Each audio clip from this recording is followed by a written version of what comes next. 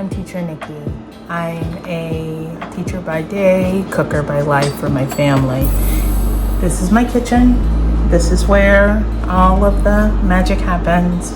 This is where I plan on sharing with you recipes that my family loves, or recipes that I've shared with other people and they've loved, or where I'm just going to try new things out because we're always trying to stretch what we're doing in the kitchen.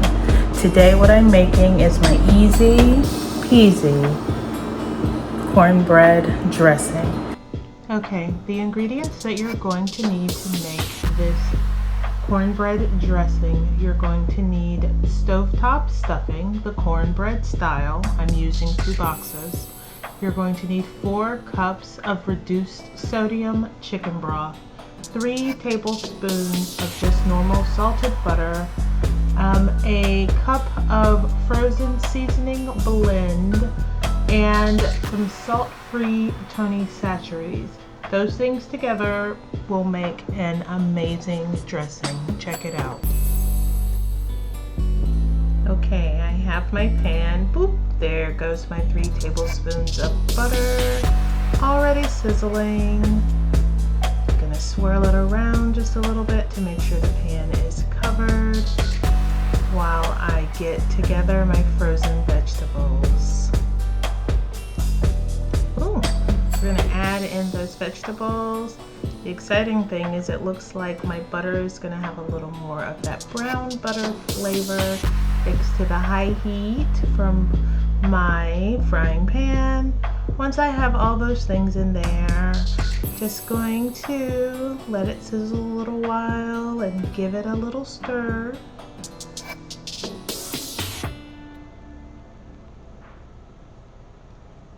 Yep, stirring it around to make sure that it gets nice and soft. I'm going to turn the heat down just a little bit because it's a powerful cast iron heat. Looking at my veggies, I think it may be a good idea to add just a little bit more to make sure that it has that homemade flavor and taste. I love how easily this comes together. It already smells so good, just the butter and the vegetables. Yep, stirring it up. I love how I see the red peppers, the celery, the onions, and the parsley just already there, all in a bag for me to put together. Now that my veggies are cooked down, I'm adding 4 cups of the reduced sodium chicken broth, and I'm going to turn up the heat until there is a boil. That's my 4 cups, and now I'm going to turn it up. Give it a little stir to make sure there's no yumminess stuck on the pan, that it's all going into the dressing. Now that the chicken broth is up to a boil, this is when I'm going to give a little shake of the salt-free Tony Chachere's just to give it that Cajun flavor without the salt. It just is something else that I add to it to make it mine. It doesn't take a lot to make it just right for you and your family. After I give it a little stir, we're gonna let it boil a little bit longer. It smells so good in the kitchen right now. This rolling boil lets me know that it's time to turn it down and to add the stovetop cornbread dressing. I'm going to use 2 packets to make an amount closer to what would really be used for Thanksgiving. When you first put it in, it looks really crumbly, but that's why we added the extra chicken broth to make sure that there's an opportunity for every one of those crunchy bits to soften up before we put this in the oven.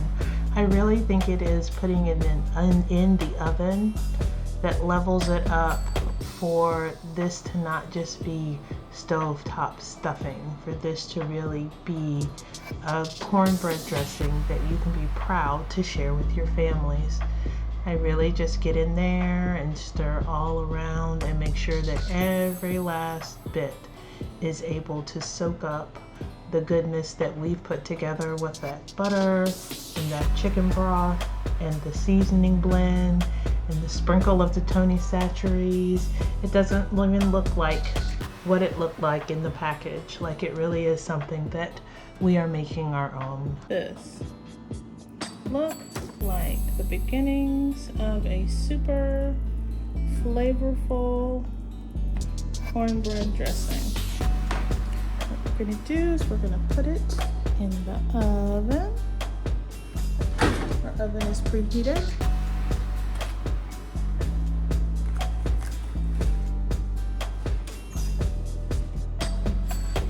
We're gonna put it in the oven.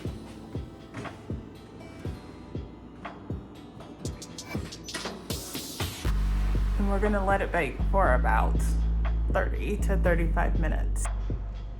And here it comes.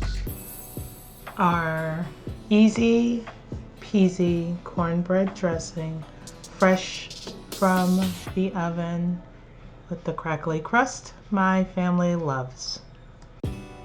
Guys, thanks so much for watching, y'all. I hope you enjoyed this easy and flavorful Southern cornbread dressing recipe. Let me know in the comments, what is your must-have Thanksgiving side dish? I'd love to hear more about your family favorites. And if you enjoyed the video, please give it a thumbs up and don't forget to subscribe so you don't miss any of my other Thanksgiving side dish recipes. See you next time in Teacher Nikki's Kitchen.